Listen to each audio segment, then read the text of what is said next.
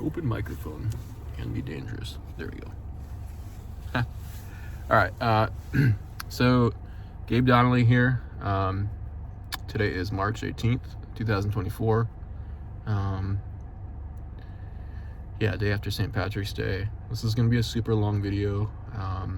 It might be like 40 minutes, 45 minutes, an hour. I don't know how long it's going to go. Super heavy content. But yeah, it's really important.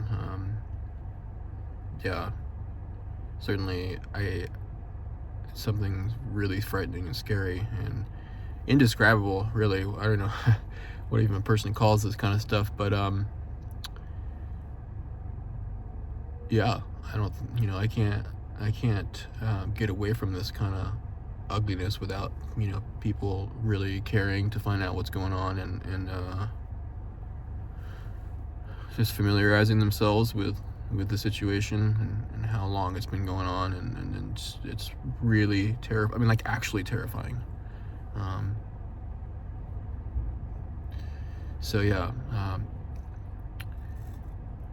First things first. I don't need money. Any sort of promotional. Nothing that's about this is done for promotional purposes or furthering any sort of agenda on that front. It'll become really obvious that that's true as we move forward talking about this, but in the beginning I just wanted to say that no, I don't need money, don't need attention, don't need sympathy, don't need any of that. Do need to stop this, how ugly this situation is, before I die. And there's no way I can do it by myself, which is a really difficult thing to talk about in itself. I'm so kind of used to being independent and resourceful and not sort of relying on anybody, not in a negative way, but just kind of like that, and not having to bother people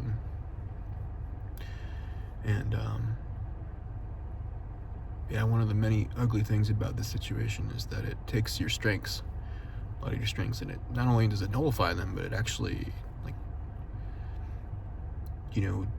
turns them against you in this way that is, it's really just heartbreaking, and it just guts you,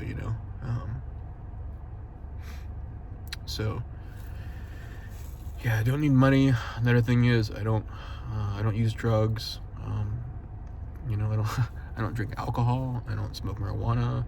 I'm a guy from Oregon, middle-aged guy from Oregon who doesn't smoke pot or drink alcohol. Like, how about that? Like, that's not that easy to find. I'm on any drugs. The only thing I take is Suboxone, which is it's an opiate blocker. It's kind of a maintenance thing, a prescription for that. Drug-free and to the hilt. So that's worth saying that I don't have a mental illness, which is good. I'm not saying there's anything wrong with that. It's just worth stating I don't have a mental illness. I've never had one, let's sort of tackle this now. So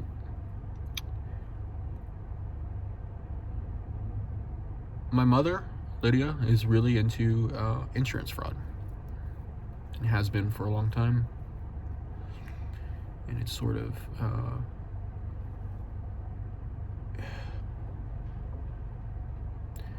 now we're up to life insurance fraud.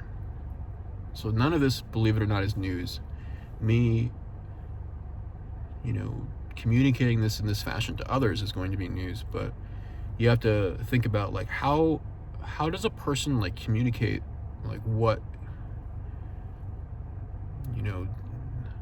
a situation like insurance fraud to other people in such a way that, I don't know, it's like, do you do it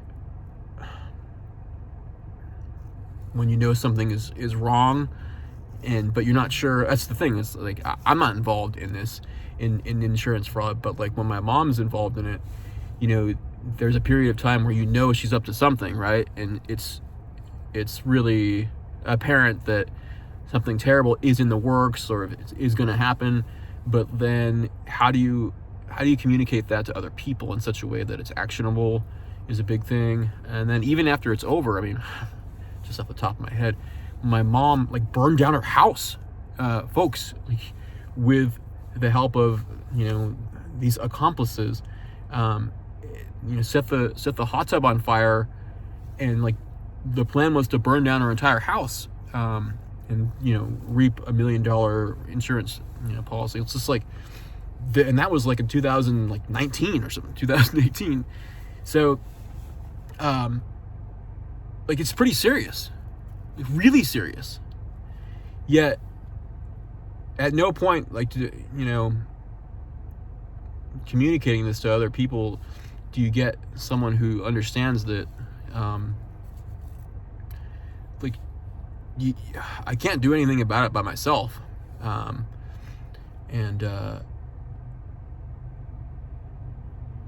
so it's resulted in me, you know, the big divide between my mom and I is I'm not willing to do not only like illegal things, but also things that are terrible. Just terrible in general, terrible to other people, terrible, like even breaking the law to that extent. It's not even so much about breaking the law, which it is about that to some extent, but it's also such an indictment on, you know, like your own ability to earn and just like find ways to make money without having to do that. Like, I get the fact my mom's, you know, in her 70s now, and she wants one giant big payday, you know, to ride off into the sunset with. But the problem is that there's so many problems about it. So I think we can leave it at that.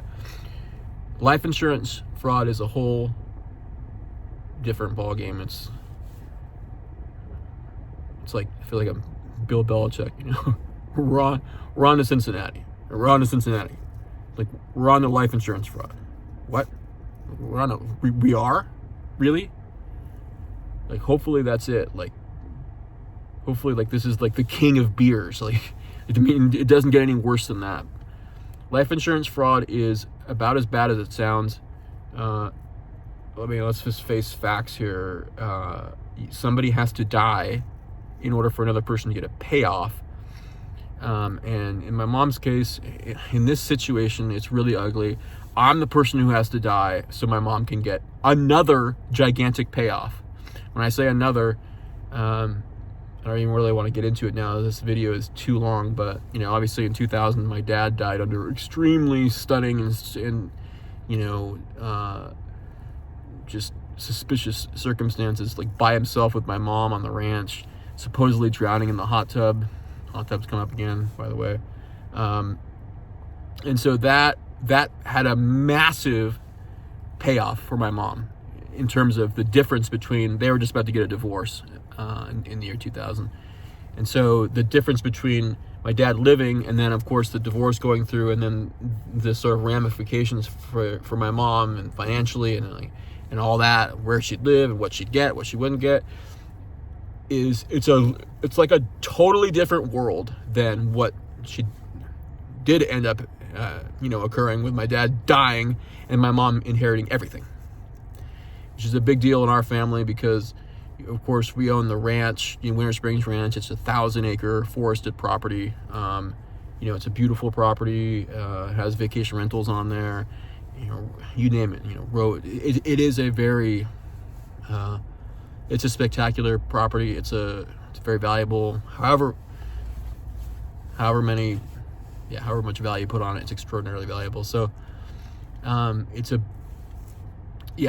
that sort of template for getting away with that, that always stuck with my mom, who's never really been shy about kind of like breaking the law and getting away with it, and like sort of bragging about that to other, you know, to her friends or to people that she, you know, associates with. But I want to talk about this life insurance fraud first.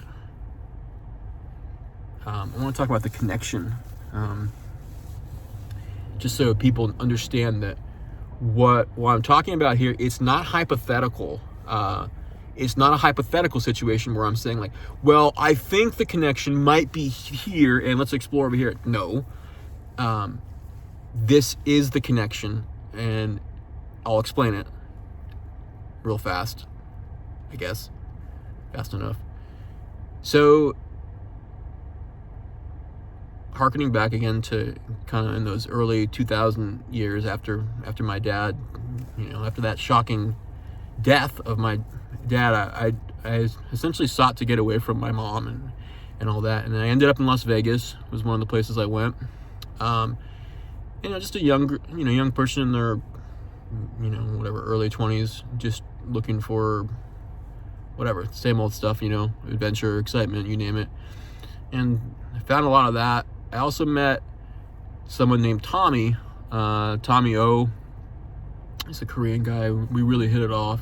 He's really into sports, he was into gambling, sports gambling, and sort of, we had our sense of humor is like complimented each other, whatever. And so we just a sort of friendship grew from there. He introduced me to Macho Bet, which is an online sports book, and I ended up working for Macho Bet as a agent, which just means that you have people that sports bet with you under your package. So you have like 6 to 8 or 10 people, and so you're in charge as the agent of issuing them however much credit you assess they can afford or will pay back. And then once the weekly, basically, you square up and you're in charge of making sure the sports book gets their money, and winners get paid, collect from losers, that kind of thing. That's what it means to be an agent for Macho Bet. And for me, in my early 20s, it seemed like a real glamorous kind of a lifestyle or whatever, that I'd be really into. But yeah, so okay, I got introduced to Macho Bet that way, and then Tommy's friend, a Korean guy named Jonas, introduced to him as well, and same kind of deal. We all kind of hit it off. I didn't like being sort of the only white guy. Like in their friend group, they were all Korean, which is fine with me. I was kind of just the only token white guy, but it never really seemed racial to me at all. Maybe I was just naive about it, but we can get into that later. But so the owners of Macho Bet were not Korean or Asian; they were actually Hispanic. They were more serious, really serious. And the guys who gambled with me, I didn't have such a giant, like gambling package that the amounts that I needed to settle up every week weren't, in the hundreds of thousands or anything like that. They were kind of more small fish, but still, I wanted to just do well. I think in that type of thing, there's a lot of honesty that goes into it, a lot of integrity, just making sure that the credit that you issue is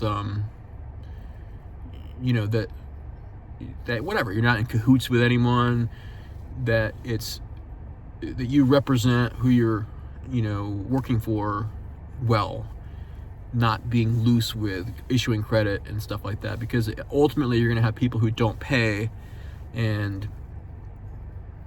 or maybe it's people who do pay, but a percentage of the time they don't, or there's a lot of things to get into on that front. But so it just turned out that whole thing about I worked for them, let's say like 5 years, I don't know, but it turned out to be really challenging to collect gambling debts from people, period.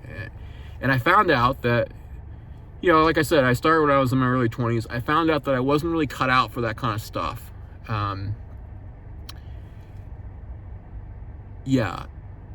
As we went forward in the relationship with Macho Bet, there was more of an undertow of sort of aggressiveness, or lending yourself to really aggressive tactics in terms of collecting the money, you better pay or else, or we're going to do this to you or do that, like that kind of stuff, which was like, for me, like, whoa, that was really scary, because not only could I not really imagine like having that happen to me, but I could never imagine like being the person sort of responsible for afflicting that on someone else. It's just not in my personality. I'm just not that kind of person. So ultimately at Macho Bet, that kind of led to me, whatever, you can call it a falling out, but just parting ways. I just wasn't willing to be that aggressive or nasty on that front. And it turned out to, I think, be a really good thing. Like maybe 3 years after I stopped working for Macho Bet, as far as I know, the FBI investigated Macho Bet and there's like indictments on people who worked there, having to do specifically with really aggressive, it's very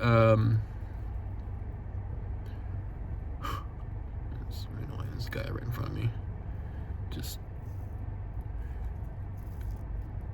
being irritating, but trying to like focus on the situation here. So yeah, basically the FBI, moved in and as far as I know, like apprehended some people that worked at Macho Bet. I just remember hearing about that and thinking to myself, like, thank God I just drew the line somewhere on that. Because this is a little bit murky on the memory side, but it seemed like some of the people that may have went to jail or got in serious trouble were people that I kind of knew from answering the phone in there. Like they would answer the phone when I would call in. Like maybe their headquarters was in Peru, in Lima, Peru. We visited one time. Yeah, and I just remember thinking like, wow, those people who answered the phone, they didn't seem like they were mean or just intimidating or anything. They just seemed like they were just kind of answering the phone type thing, and I felt just bad for them. And I also felt, like I said, really relieved that I didn't continue working for them, because I wouldn't want to get caught up in that. Also, I wouldn't want to, like I said, just some of the stuff was really scary, like hurting people and there's threats and intimidation and stuff that,